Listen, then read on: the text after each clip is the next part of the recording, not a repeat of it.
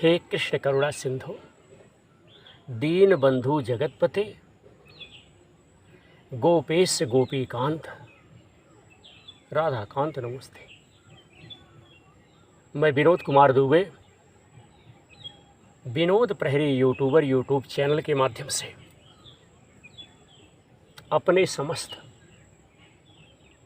भाई बहनों का, मित्रों का, जो पिता तुल्य हमारे बुज़ुर्ग हैं, उनका हृदय से स्वागत करता हूं। और इस वीडियो के माध्यम से आप लोगों से मैं निवेदन करता हूं, प्रार्थना करता हूं कि आप लोग हमारे इस कार्यक्रम को देखिए, हमारे प्रसारण को देखिए। प्रसारण को देखने के बाद आप सब अपने भाई विनोद दुबे को अपना विचार जो है शेयर करने की कृपा करें। इसलिए कि आप सबका विचार हमारे लिए सर्वोपरि है और इस काम में सबको एकत्रित होकर के, इकट्ठा होकर के संघ शक्ति के साथ सहयोग सपोर्ट करना चाहिए।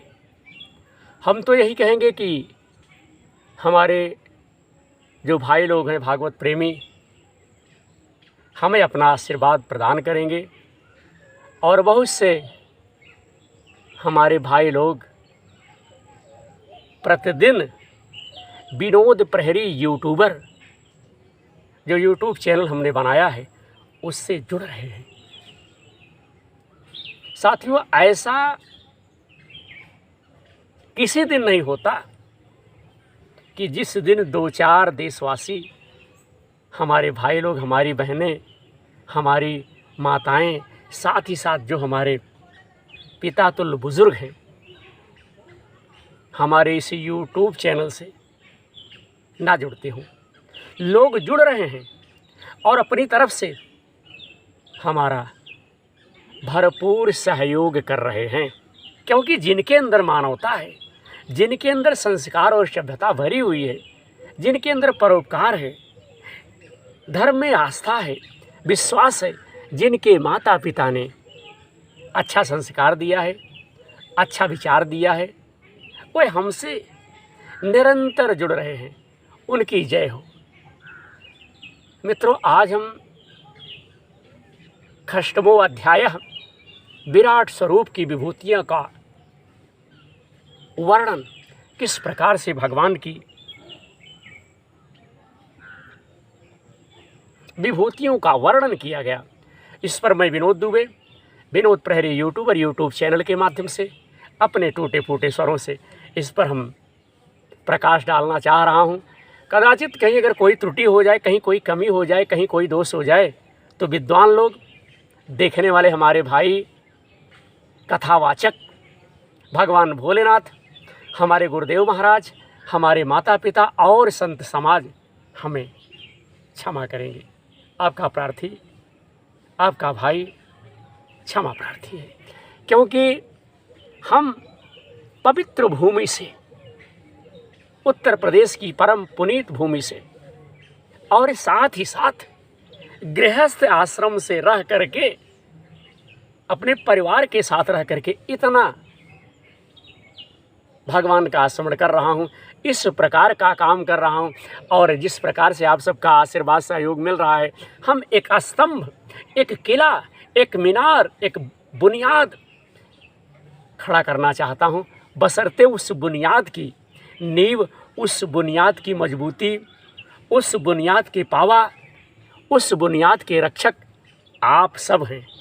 आप सबका जिस प्रकार से सहयोग मिला, साथ मिला, आशीर्वाद मिला, मुझे बड़ी प्रसन्नता हो रही कि हमारे भाई, हमारे देशवासी, हमारे बंधु लोग हमारा इस प्रकार से सहयोग करेंगे। वाह, धन्य हमारे देशवासी, धन्य हमारी बहनें, धन्य हमारे विद्वान भाई, सबका हमें सहयोग मिल रहा है। हमारे सभी भाई अपना आशीर्वाद हमें दे रहे हैं। जय जय श्री कृष्ण। तो ब्रह्मा जी कहते हैं कि उन्हीं विराट पुरुष के मुख से वाणी और उनके अधिष्ठात देवता अग्नि जो है उत्पन्न हुए, उनकी 7 धातुओं से निकले।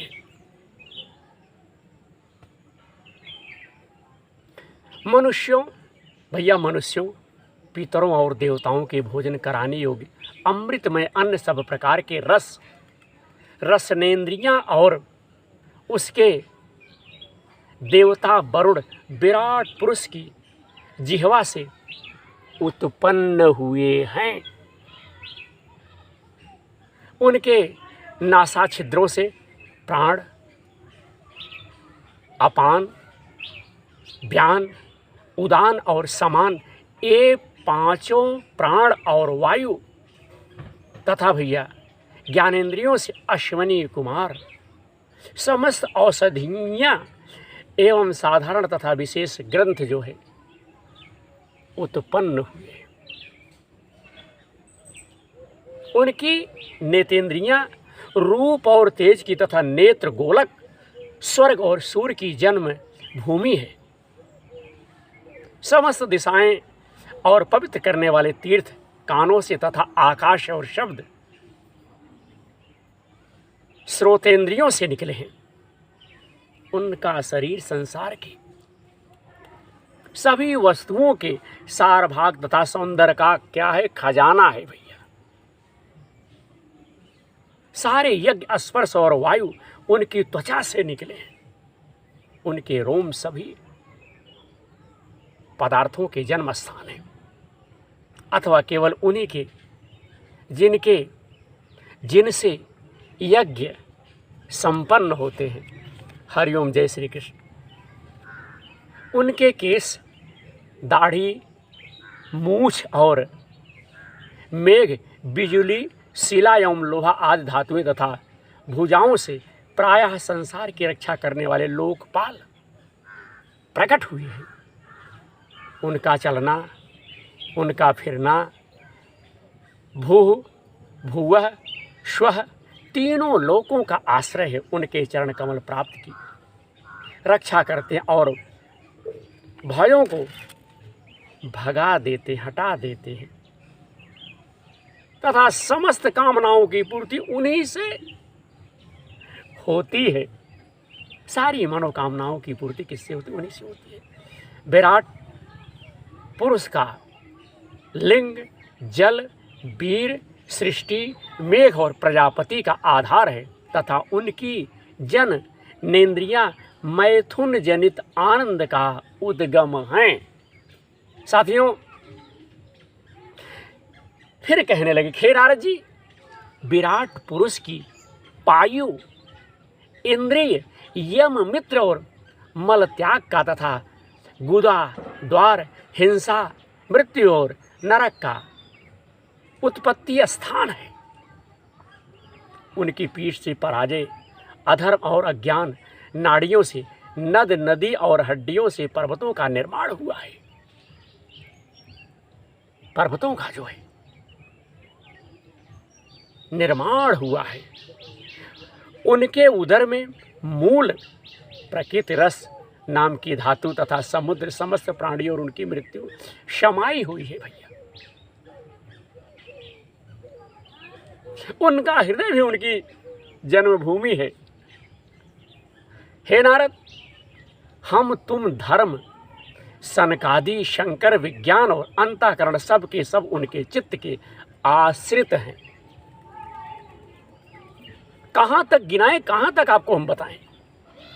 मैं, तुम, तुम्हारे बड़े भाई सनकाय, शंकर, देवता, दैत्य, मनुष्य, नाग, पंछी, मृग, रेंगने वाले जंतु, गंधर्व, अप्सराएं, यक्ष, राक्षस, भूत, प्रेत, सर्प, पशु, पितर भैया, सिद्ध, विद्याधर, चारण, वृक्ष और नाना प्रकार के जीव जो आकाश, जल या स्थल में रहते हैं, ग्रह, नक्षत्र, केतु, पुच्छल, तारे, बिजली और बादल, ये सब के सब विराट पुरुष ही हैं। यह संपूर्ण विश्व जो कुछ कभी था, है या होगा, सबको वह घेरे हुए हैं और उनके अंदर यह सब होगा। सबको वह घेरे हुए और उनके अंदर यह विश्व उसके केवल 10 अंगुल के परिणाम में ही स्थित है।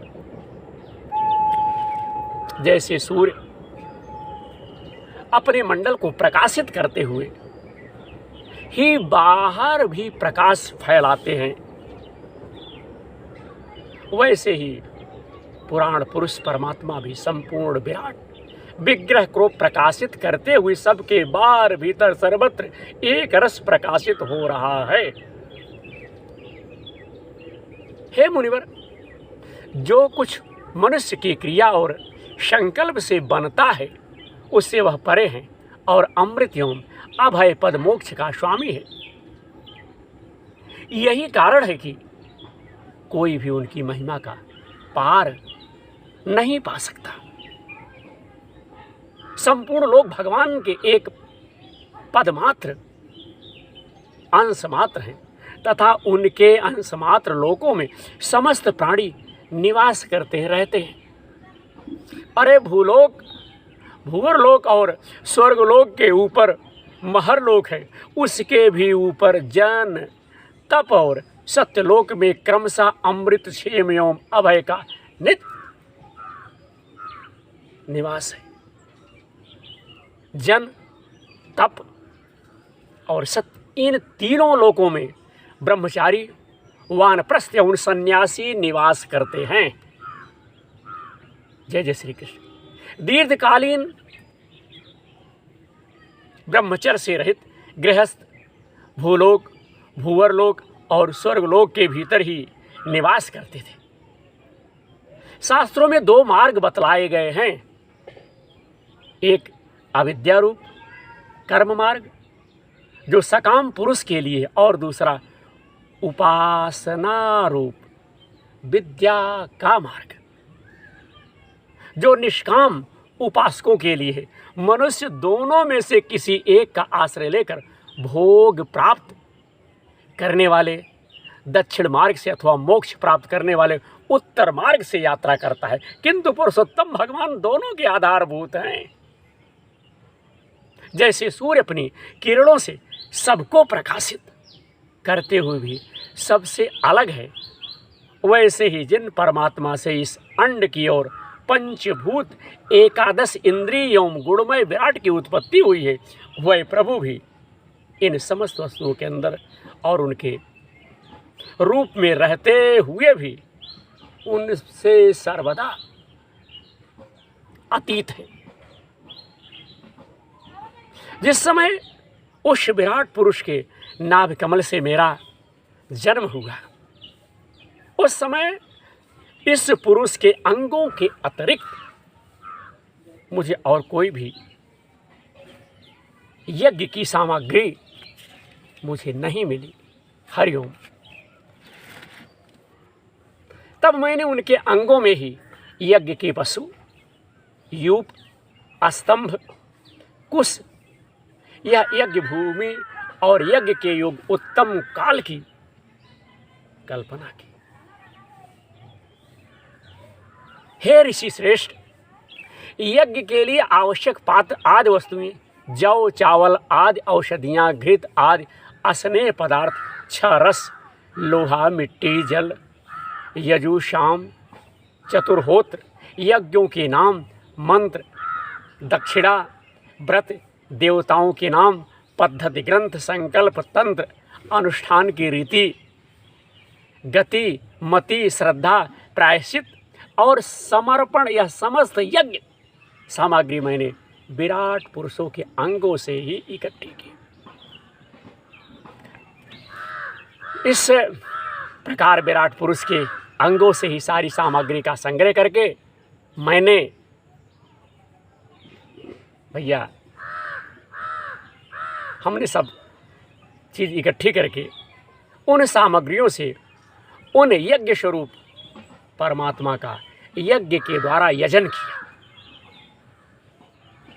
यज्ञ के द्वारा क्या किया? यज्ञ किया।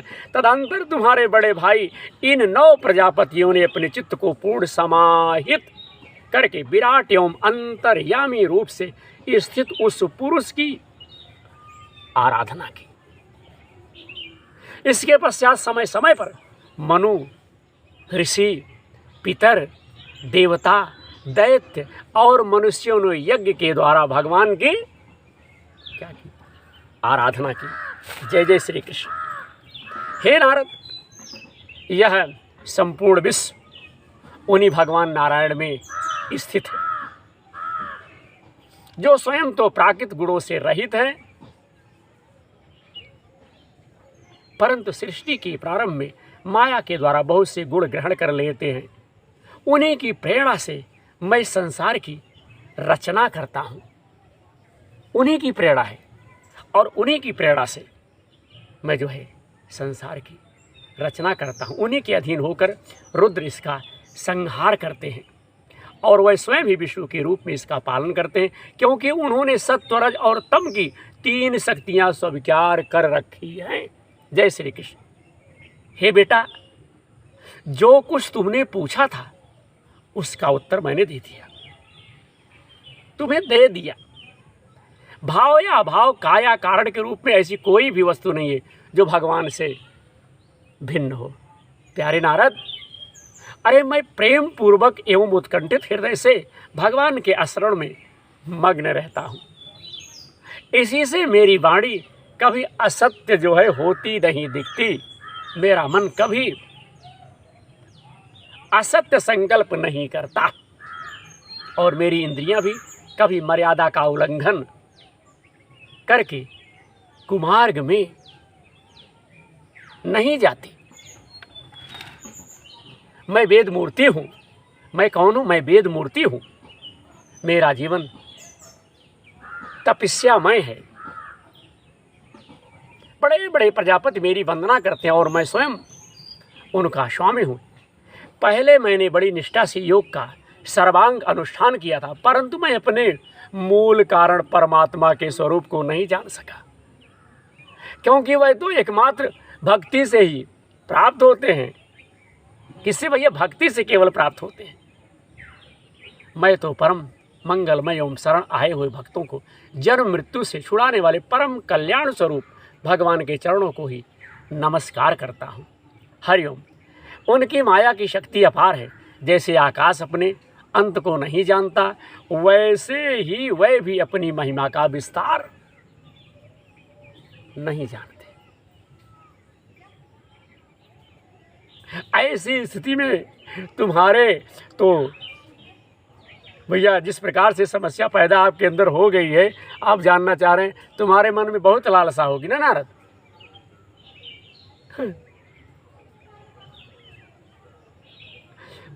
मैं, मेरे पुत्र, तुम लोग और शंकर जी भी उनके स्वरूप को नहीं जानते, तब दूसरे देवता तो उन्हें जान ही कैसे सकते हैं। हम इस प्रकार मोहित हो रहे हैं कि उनकी माया के द्वारा रचे हुए जगत को भी ठीक ठीक नहीं समझ सकते। अपनी अपनी बुद्धि के अनुसार ही अटकल लगाते हैं। अपनी अपनी बुद्धि के अनुसार ही अटकल लगाते हैं। हम लोग केवल जिनके अवतार की लीलाओं का गान ही करते रहते हैं, उनके तत्व को नहीं जानते। उन भगवान के श्री चरणों में मैं नमस्कार करता हूँ। वह अजन्मा एवं पुरुषोत्तम है।